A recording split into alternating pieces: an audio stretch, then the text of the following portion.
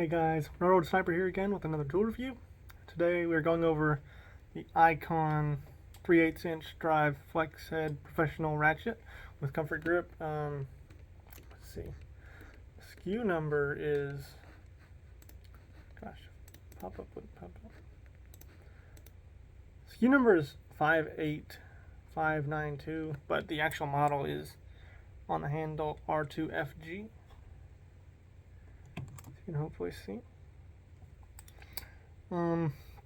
So a few specs about this. It's 90 tooth in the head. Senior's pretty fine. It's got ball T-tent without the quick release. I don't think any of the Icon ratchets are quick release. If you want that, you have to get Pittsburgh or Quinn. And as you can see, it's got the flex head, non-indexed, non-locking. Goes pretty well. A little past 90 forward, a little past 90 back. There's a little bit of play in there before it actually fully locks, before it's tight. You might be able to fix that by adjusting the screw right here, which is, let's see if I've got the right bit with me.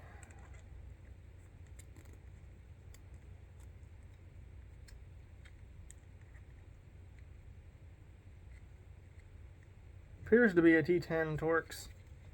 Let's see if the T15 fits. T15 fits. Okay, so it's a T15 Torx.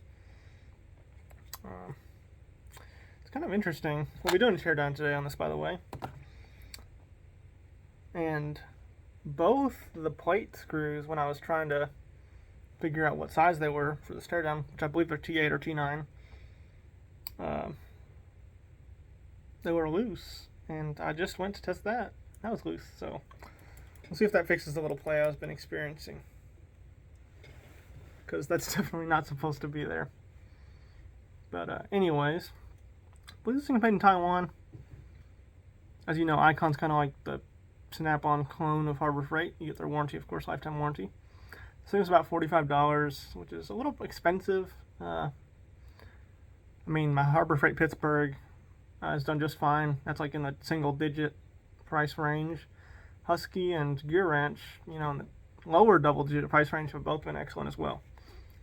I would say that if I had to make the choice again, I'd probably buy a Husky over this thing, simply for the price-to-performance ratio. If you wanted to go a little higher end, I would get a Gear Wrench. The Gear Wrench is going to be a little thinner and have a lower back drag while still being 90 tooth, but the head might be a little wider in this direction. It's got your standard on and off switch, Snap-on that cast zinc switch, and the on off is actually reversed. So if you have a Pittsburgh ratchet, you're probably used to the on being to the right and the off being to the left. Switch is real nice though. I will say that I think the back drag has reduced as I've used it, so it's broken in a little bit. Let's see. Couple details. It's got on the head, do not immerse in fluids, and 90 tooth. It's got Icon on the handle. It's got this rubber red part with the plastic in black. Comfort grip, very nice comfort grip. It's pretty great size. I think I prefer the Gear Wrench comfort grip though. The Gear Wrench is a little more hand contoured, but this is a great comfort grip. It does get dirty, of course, as you can see. Picks up grease and grime, but overall pretty nice. And you could probably clean it off with a brake clean or something. And it comes with a little microfiber towel, if you care about that, and a tray for your toolbox, but that I don't use. Yeah, this chrome finish has been really durable, so it's a pretty great ratchet. So let's get into the teardown. First, we'll remove the flex head from the body and handle. For that, we'll be using my Leatherman. I was going to use my Icon kit, but I lent it to someone and I haven't gotten it back yet. So, like I said, the screw is loose already, which is kind of concerning. There's no Loctite on there. That might be why. If I had my Loctite on me, I'd probably replace that real quick. That noise you just heard was a washer, so let's pick that up real quick. Good thing it didn't fly too far away. It's a split lock washer. As you can see, there's a little grease in there, but I don't think that's from the factory. I think that's from grease and grime getting in there as I've used it. And you can see the bolt or screw has got that fat shoulder without unthreaded portion to give you a better fit, less slop, and more strength. It's a pretty beefy screw though. It's countersunk, as you can see. And there's the Torx head in there. T15. And you can see the handle is also countersunk to fit that screw very nicely. See if I can focus on it. There we go. Cool.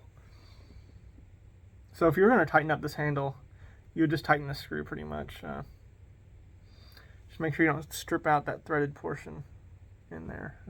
I don't know what you can see. There's the threaded portion.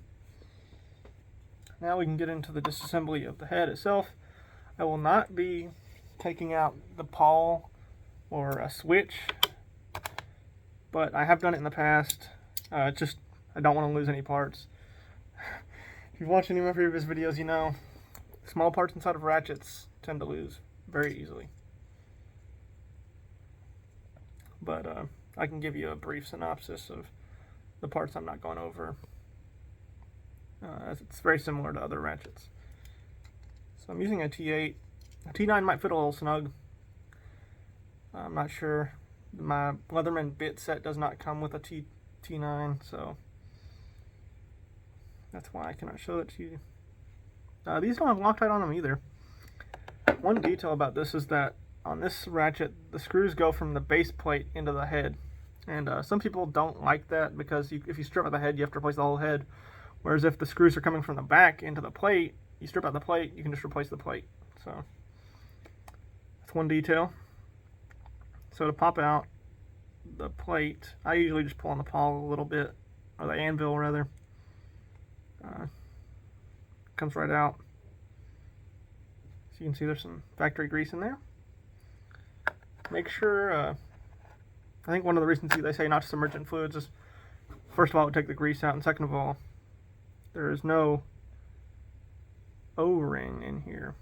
Now that's kind of interesting because on the last ratchet I took apart from Icon, which was the 3/8 non-comfort grip, non-flex head, there was an O-ring in there, and that's why I thought the backtrack was so high, but I guess it's just due to the mechanism. As you can see in here, actually let me show you the plate again real quick. That's a rather thick plate, probably about 1/8 of an inch, maybe a little less, maybe 1/16, and so on, so much. But got your pawl in here, pretty nicely lubricated. Flip the switch. Pawl, it's got a single pawl design. I think it's called a rocking pawl, I forget. But it's not like the twin pawl design where there's a pawl on each side. Looks like you get plenty of teeth contact in there. Can't count how many teeth exactly, but you definitely get quite a few. You can see that pawl is labeled. It says T IC6 or T something I86. I'm not sure honestly, but it is labeled. You can see where that button comes through, and I'm kind of hesitant to say it now, considering what I saw on the plate. But the other ratchet I took apart, there was an O-ring between the switch and the head to keep debris and stuff out, fluids out. Let's see, really nice. So let's put it back together. Just slip the plate right back over. Grab your screws. These don't have Loctite on them either, by the way. So I have a feeling that is why they were loose. If you're following at home, I'll probably put some Loctite on there. It's kind of interesting. The last ratchet I took apart, the non-comfort grip, non-flex head, also had Loctite on it. And so did that Pittsburgh ratchet, so it's kind of interesting. At least I think the Pittsburgh did, I forget. You can reference that video if you'd like to know for sure. Yeah, let's just screw these in. Don't get them too tight. You don't want to strip it out. Just make sure they're snug.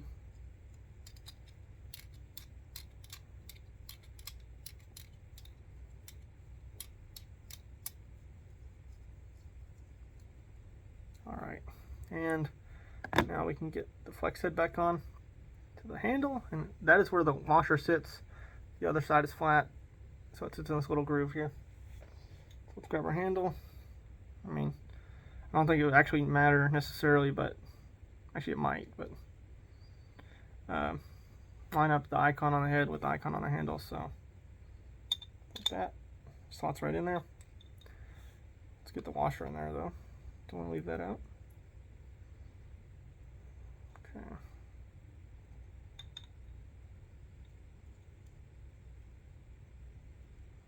It's much more snug that way. Didn't even line up right.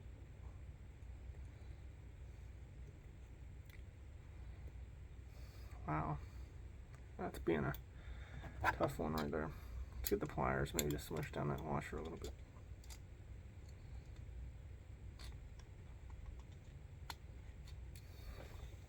Gosh.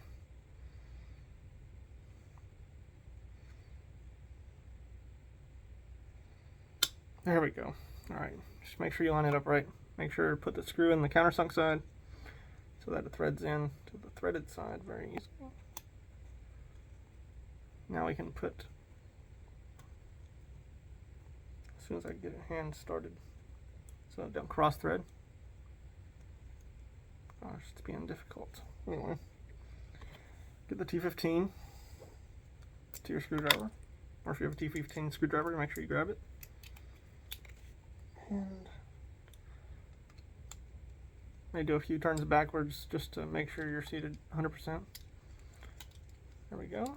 It's going in just fine. Moment of truth on that looseness I was feeling.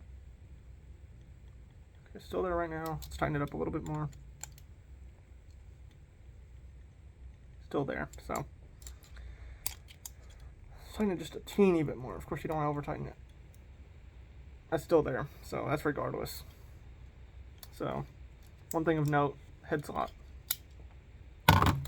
Otherwise, other than the price, I'd say if this thing was a little bit cheaper, I would say it's a pretty good deal.